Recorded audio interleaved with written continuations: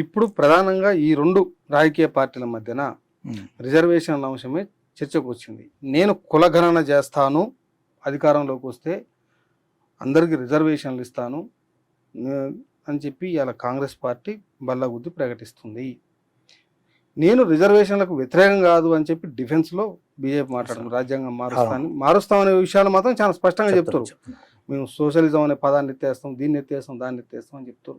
ఈ ఎన్నికల సందర్భంగా బీజేపీని వర్సెస్ ఇండియా కూటమిలో ఈ రెండింటిలో ఈ విధానాన్ని మనం ఏ విధంగా అర్థం చేసుకోవచ్చు? వీళ్ళ పాలసీని కులగణన జరపడం అనేది సామాజిక మార్పుకు దోహదపడేది, అది అభ్యుదయకరమైన ఆలోచన.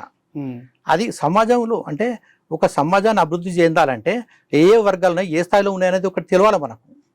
అంటే సామాజికవేత్తలు పరిశోధన చేయాలన్నా, విధానకర్తలు విధానాలు రూపొందించాలన్నా కూడా ఏ వర్గాలు ఎట్లున్నాయి, ఏ విధానాలు అనుసరించాలన్నది ఒకటి తెలియాలి. అది గణాంకాలు ఉండాలి. అంటే కులగణన చేయడం అనేది అవసరం, అది అభ్యుదయకరమైన ప్రతిపాదన, అది ఆ వాదనే సరైనది. మోడీ నేను రిజర్వేషన్ రద్దు చేయట్లేదు అని చెప్పి ప్రకటించాను. తెలంగాణకు వచ్చినప్పుడు అదే మాట ప్రకటిస్తాం. దాని మీద రేవంత్ రెడ్డి మీద కేసులు కూడా పెట్టారు. రెండో వైపు వాళ్ళు రద్దు చేస్తా అంటారు, నేను కులగణన చేసి రిజర్వేషన్లు మొత్తం నడుపుతా అంటున్నారు. ఈ 2 పార్టీలు చేస్తున్నటువంటి ఈ నినాదాల్లో ఏ పార్టీ నినాదాన్ని ఎంత మేరకు విశ్వసించవచ్చు? ఇక్కడ ఏంటంటే ఒక 10 ఏళ్ళు మోడీ పరిపాలించిండు. నేను ఏం చేస్తా అని చెప్పడం కాదు, ఈ 10 ఏళ్ళు ఏం చేసినామని చెప్పాలి. నేను పేద ప్రజలకు ఈ పని చేసి పెట్టినా, నేను దళితులకు ఈ పని చేసి పెట్టినా, నేను దళితుల అభివృద్ధికి ఈ స్టాటిస్టిక్ ప్రకారం ఇట్లా అభివృద్ధి చెందినరు, వెనుకబడిన తరాలు ఈ స్థాయిలో అభివృద్ధి చెందినరు, ఈ స్థాయిలో రాష్ట్రాలకు అధికారాలు ఇచ్చినాం, ఈ స్థాయిలో ప్రజాస్వామ్యాన్ని గౌరవించినాం. ఇవన్నీ 10 ఏళ్ళలో ఏం చేసినామో మోడీ చెప్పాలి. ఇప్పుడు కాంగ్రెస్ పార్టీ నేను ఫలానా చేయబోతున్నా అని చెప్పడం వేరు. సరే, నెహ్రూ అప్పుడు ఇందిరాగాంధీ సాధించిన విజయాలు చాలా ఉన్నాయి, కానీ ఇక ముందు వీళ్ళు వస్తే ఇప్పుడు వీళ్ళు ఏం చెప్తారు అనేది వీళ్ళు చెప్పొచ్చు. 10 సంవత్సరాలు ప్రతిపక్షం వీళ్ళు రేపు వస్తే ఇది చేస్తామని చెప్పొచ్చు వీళ్ళు. కానీ మోడీ ఏం చేయాలి? 10 ఏళ్ళలో ఏం చేసినా అని చెప్పాలి, దేశాన్ని ఎట్లా అభివృద్ధి చేసినామని చెప్పాలి. ఇప్పుడు సడన్గా లాక్డౌన్ విధించారు, ఎంత వ్యయ ప్రస్తుత పేద ప్రజలు ఎంత నష్టపోయినారు కదా. సడన్గా నోట్లు రద్దు చేసినారు, అది దానివల్ల వచ్చింది ఏంటిది? ఏం లేదు. కానీ ఒక అప్రజాస్వామిక ఆలోచన విధానం, అది ప్రజాస్వామ్యక వ్యతిరేక విధానాలు మంచిది కాదు. సో ప్రజాస్వామ్యంలో దాంట్లో పార్లమెంట్లో చర్చ ఉంటుంది, ప్రజల్లో సమాజంలో చర్చ జరుగుతుంది. ఒక్కోసారి పత్రికలకు కొన్ని విషయాలు చెప్తారు, ఇవి చేయబోతున్నాం అనేది. సమాజంలో చర్చ జరుగుతుంది, పార్లమెంట్లో చర్చ, క్యాబినెట్ కూడా తెలియకుండా నిర్ణయాలు తీసుకోవడం అనేది అది అప్రజాస్వామికం. అది ఎందుకంటే అకౌంటబిలిటీ అనేది పార్లమెంట్ ఉంటారు కదా, పార్లమెంట్లో కూర్చోవాలి, పార్లమెంట్లో చర్చ అవ్వాలి, ప్రజలు వాళ్ళు అడిగిన ప్రశ్నలకు జవాబు ఇవ్వాలి, ప్రెస్ కాన్ఫరెన్స్లో కూర్చోవాలి, ప్రజలు వాళ్ళు అడిగిన ప్రశ్నలకు జవాబు ఇవ్వాలి. ఒక ఇంటరాక్షన్ కాన్స్టెంట్గా ఉండాలి ప్రజాస్వామ్యంలో, సంభాషణ అనేది. అది జరుగుతలేదు 10 ఏళ్ళ నుంచి.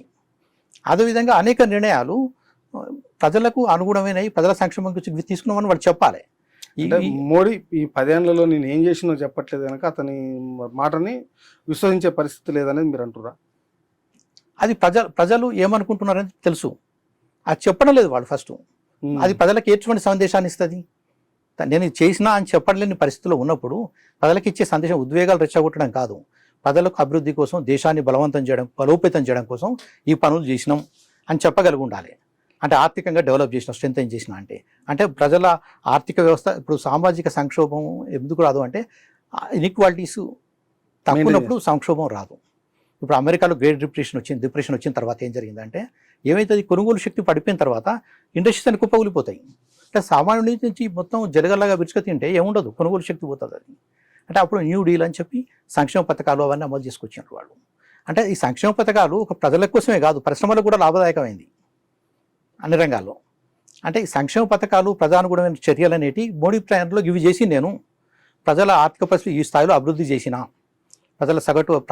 ప్రజలు ఈ విధంగా వాళ్ళ కొనుగోలు శక్తి ఇట్లా పెరిగి, అంటే పేద ప్రజలు, విస్తారమైన మెజారిటీ ప్రజలు ఏ స్థాయిలో ఉన్నారు అని చూసుకుంటే అది పెద్దగా దిగజారిపోయినది తప్ప, పేదరికం అనేది పెరిగిన తప్ప తగ్గలేదు. ఆకలి ఇవన్నీ ఉంటాయి కదా. అంటే స్టాటిస్టిక్స్ చూస్తే బాధిత స్థితి దిగజారింది. ఈ ఇండియా కూటమి చేస్తున్నటువంటి కులగణన నినాదం మీద, ఈ రిజర్వేషన్లకు సంబంధించిన దాని మీద ఎంతవరకు విశ్వసించవచ్చు? వాళ్ళు చేస్తామంటున్నారు, వాళ్ళు ఒక స్టైడ్ తీసుకున్నారు వాళ్ళు కదా. వాళ్ళు చేస్తామనేటి వాళ్ళు చేస్తామనే దాన్ని బట్టి మనం ఒక అభ్యుదకర ప్రతిపాదన చేసినారని మనం గుర్తించవచ్చు. వీళ్ళు 10 ఏళ్ళు ఏం చేయలేదు కదా అది. కాబట్టి తప్పనిసరిగా వాళ్ళు చేస్తామనే దాన్ని మనం కన్సిడరేషన్లో తీసుకోవాలి. అదే బీజేపీ విషయంలో వాళ్ళు ఏం చేసింది అనేది ప్రాతిపదిక వేసుకోవాలి. అది ప్రజలకు అనుగుణమైన ఉన్నాయా లేవా ఈ వాదనలు అనేది మనం తీసుకోవాల్సి ఉంటుంది.